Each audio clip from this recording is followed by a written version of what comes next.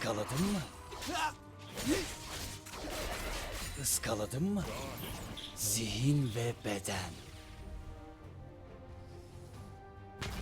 Düşündüğün anda.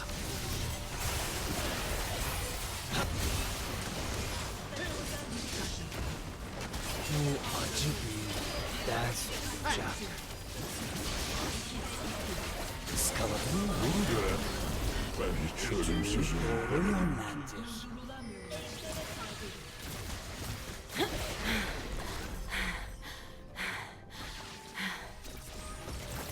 Rakip katledildi. Başla. Katliam. Iskaladın mı? Iskaladın mı? Kibrin seni kör etmesine izin verme.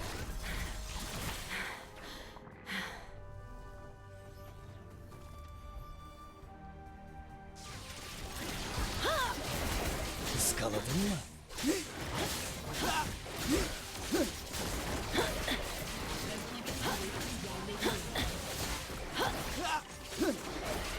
Iskaladın mı?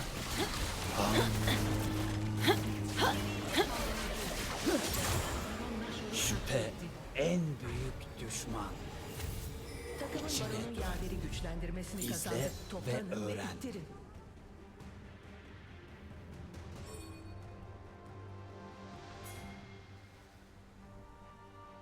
Aman vermiyor.